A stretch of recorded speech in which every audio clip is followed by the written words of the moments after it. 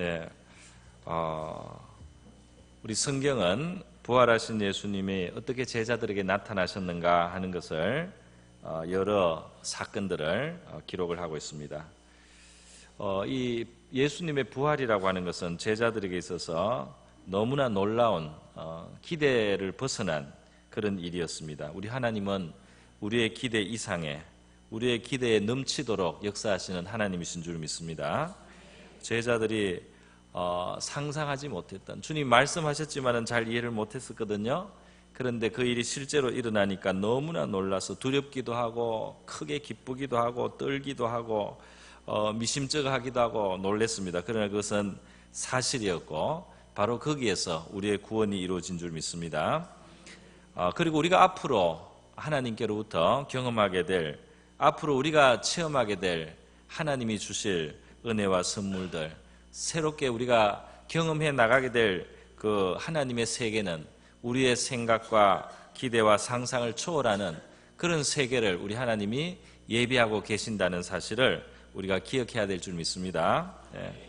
오늘 본문 말씀을 보니까 예수님께서 영광의 몸으로 이 제자들 가운데 찾아오신 사건을 기록하고 있습니다.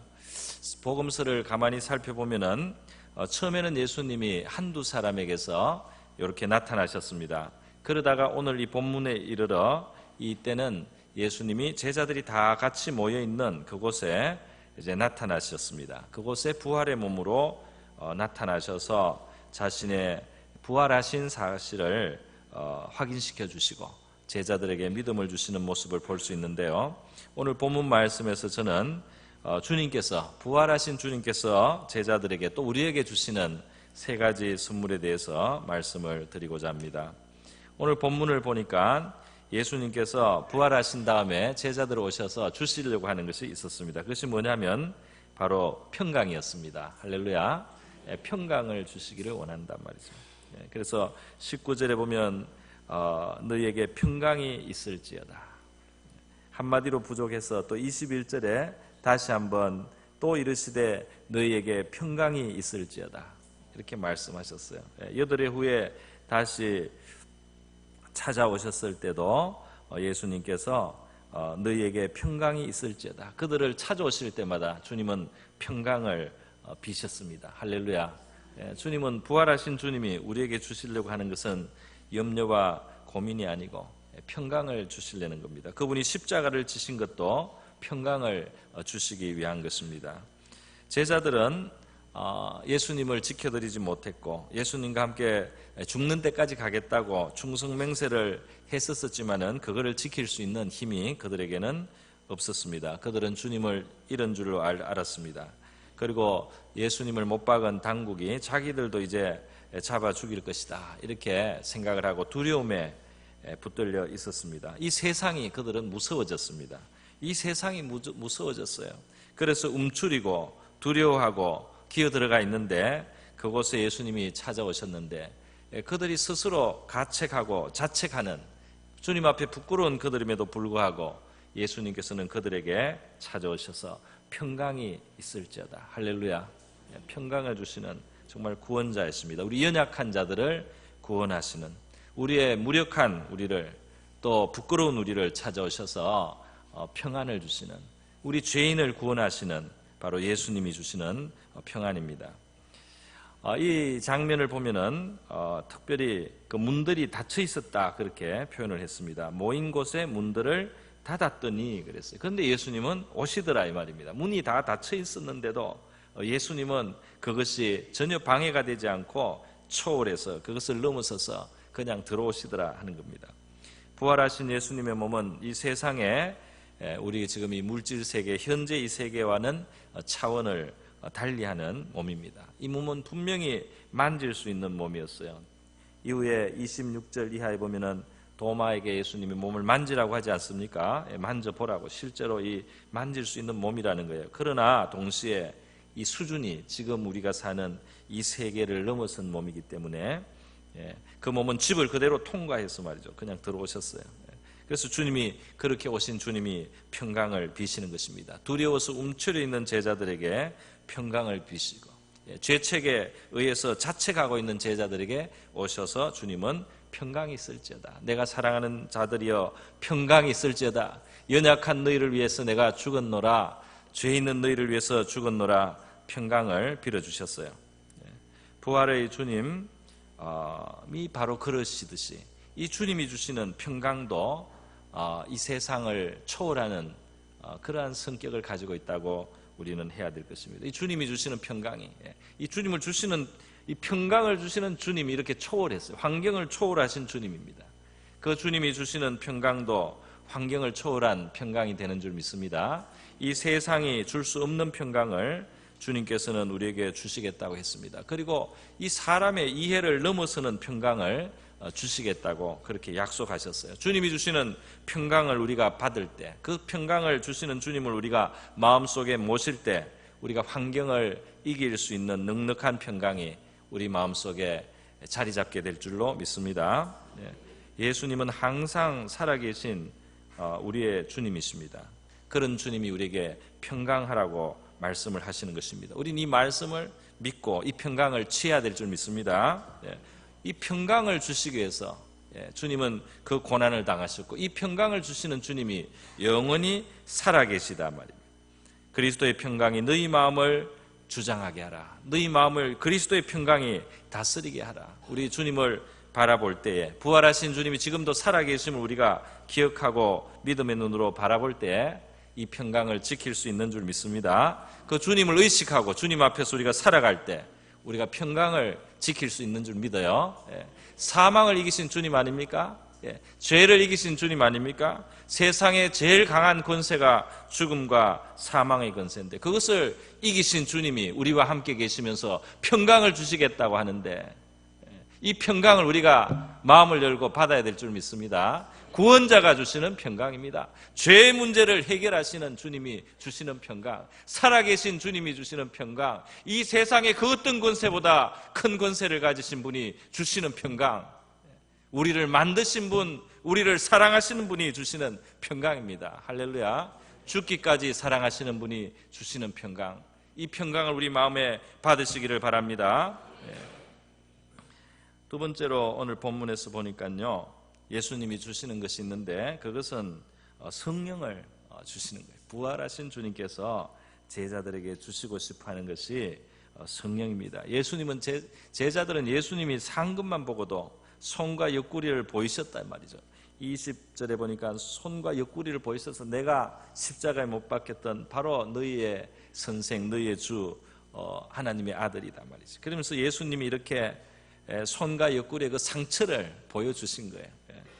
그 제자들은 보고 정말 구멍이 있는데 부활하여 살아계신 주님을 보니까 너무 놀랐고 또 살아계셨다는 사실이 너무나 기뻤어 말이죠. 사실이 너무 기쁜데 주님은 더 줄 것이 있다는 거예요. 내가 부활한 사실만 너희들이 기뻐할 것이 아니고 더 기쁘고 너희들에게 줄 것이 있다. 그러면서 평강을 말씀하시고는 아버지께서 나를 보내신 같이 나도 너희를 보내노라 하시면서 그들을 향하여 숨을 내쉬면서 이르시되 성령을 받으라.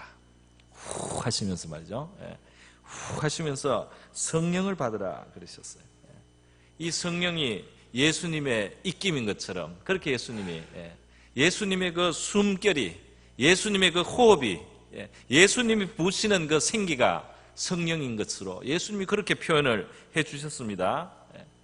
성령은 이상한 영이 아니고 우리 사람들이 이 한국 사람들은 무당의 그런 문화가 있었어요. 귀신 접하는 그런 것을 보기 때문에 이 영을 받는다는 것을 불편하게 생각하는 사람들이 있습니다. 그러나 성령은 정말 우리가 모셔야 될 영입니다. 할렐루야. 성령을 모시기 위한 그릇으로 원래 창조된 존재예요. 성경을 다 우리가 함께 다 뚫어서 보면은 우리 이 인간은 성령을 모신 그릇으로 지음을 받았고 이 성령을 모심으로써야 온전해지는 그런 존재입니다. 그런데 바로 예수님이 우리를 위해서 죽고 사신 그 주님이 그 숨길을 불어주시면서 성령을 받으라. 그렇기 때문에 예수님께로부터 나오는 영이기 때문에 사도행전 16장 7절에 의하면 이 성령을 예수의 영이라고 이렇게 별명을 붙였습니다. 또 로마서 8장 9절에 보면 그리스도의 영이라 이렇게도 이름을 붙이고 있는 것을 볼 수 있습니다. 요한복음에서 예수님께서 앞부분에 제자들에게 나를 믿는 자는, 누구든지 목마른 자는 내게로 오고 나를 믿는 자는 그 배에서 생수의 강이 흘러가게 하리라. 그 배에서 영원히 생수가 솟아나게 되겠다, 그렇게 말씀하셨는데 성경은 거기에다가 덧붙여 말하기를 아직 예수께서 영광을 받지 않으셨기 때문에 제자들에게 성령이 계시지 않더라, 이렇게 기록을 했습니다. 예수님이 영광을 받으셔야 이 성령이 제자들에게 주어질 거라는 겁니다. 그런데 지금 예수님께서 십자가에 죽으시고 또 부활하셔서 제자들 앞에 나타나셨습니다. 이제 좀 있으면 성천하십니다. 그래서 예수님이 우리 인류를 위한 구원자 일을 다 하시고 하늘의 보좌까지 오르셨을 때는 이 영광을 받으신 예수님께로부터 오는 성령을 우리가 받게 되는 겁니다. 성령을 받을 수 있는 약속이, 그 자격이 예수를 영접한 자, 예수를 믿는 자들에게 있습니다. 예수를 믿는 자들에게 성령 받을 자격이 있어요. 할렐루야. 예수 믿는 자는 성령 받을 자격이 있단 말입니다. 그의 영을 받을 자격이 있다는 겁니다.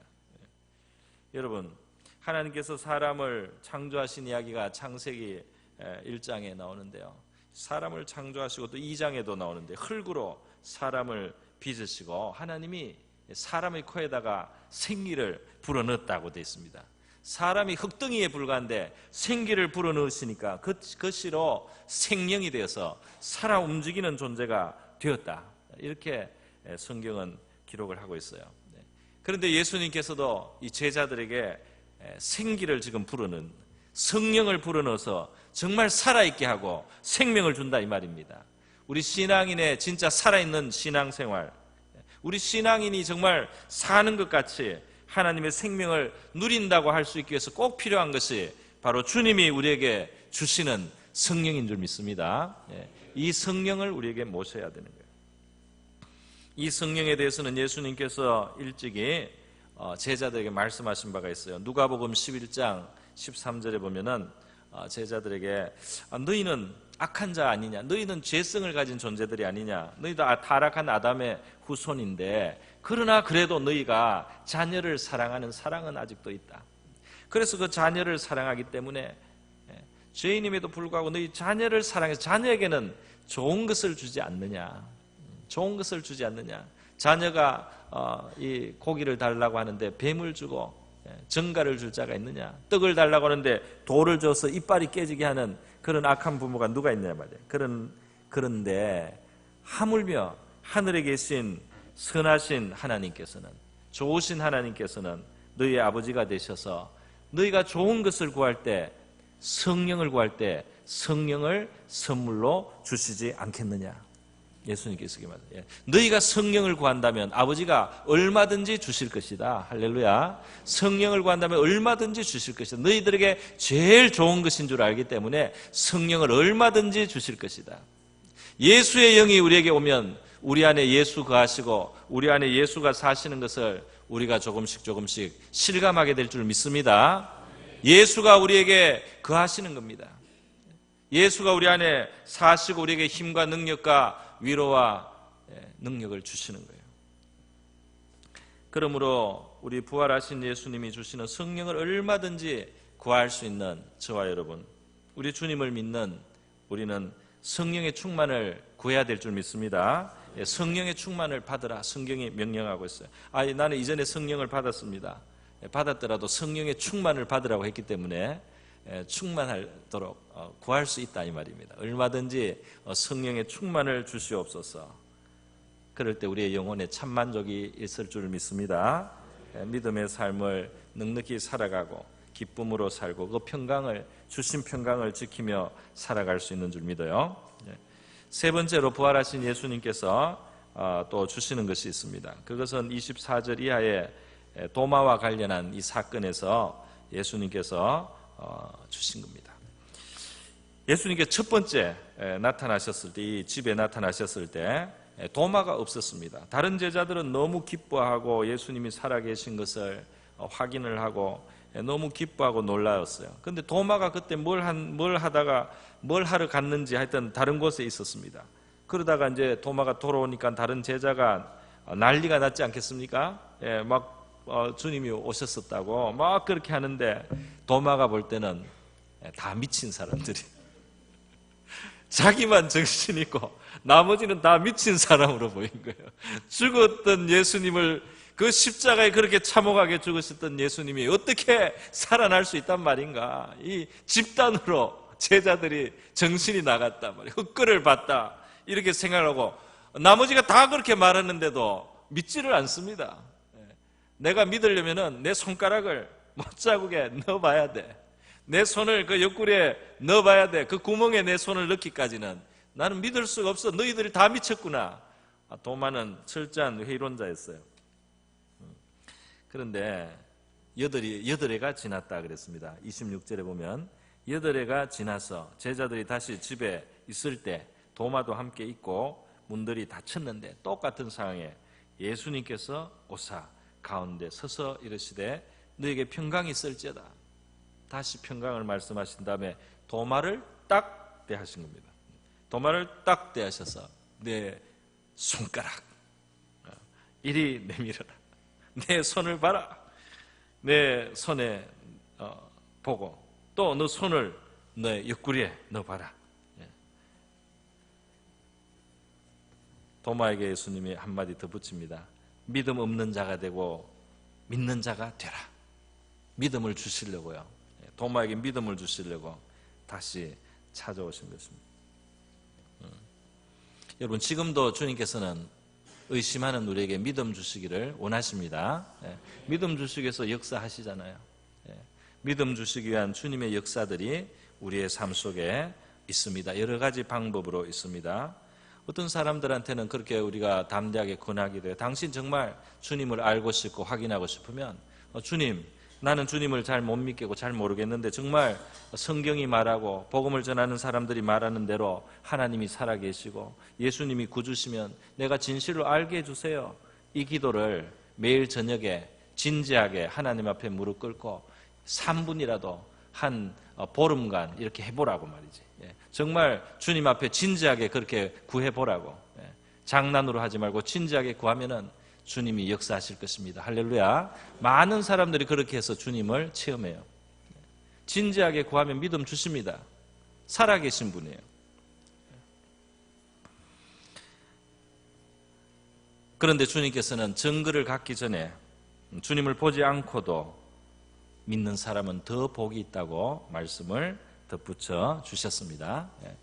또 많이 증거를 많이 가지면 믿기가 더 쉽잖아요. 근데 증거가 작은데도 불구하고 믿을 수 있다면, 그 영혼이 밝아서 진리에 그렇게 반응할 수 있다면 이것은 더 복이 있는 것이다. 그렇게 예수님이 말씀을 했습니다. 우리가 예수님을 보지 못하면서도 마음에 주님이 살아계신 것이 믿어지고 또 주님이 내 삶 속에 역사하신 것이 깨달아지고 이렇게 믿어질 수 있다면 놀라운 축복인 줄 믿습니다. 어려운 시간을 통과하면서도 믿음을 잃지 않는 성도의 믿음은 정말 귀합니다. 그렇지 않습니까?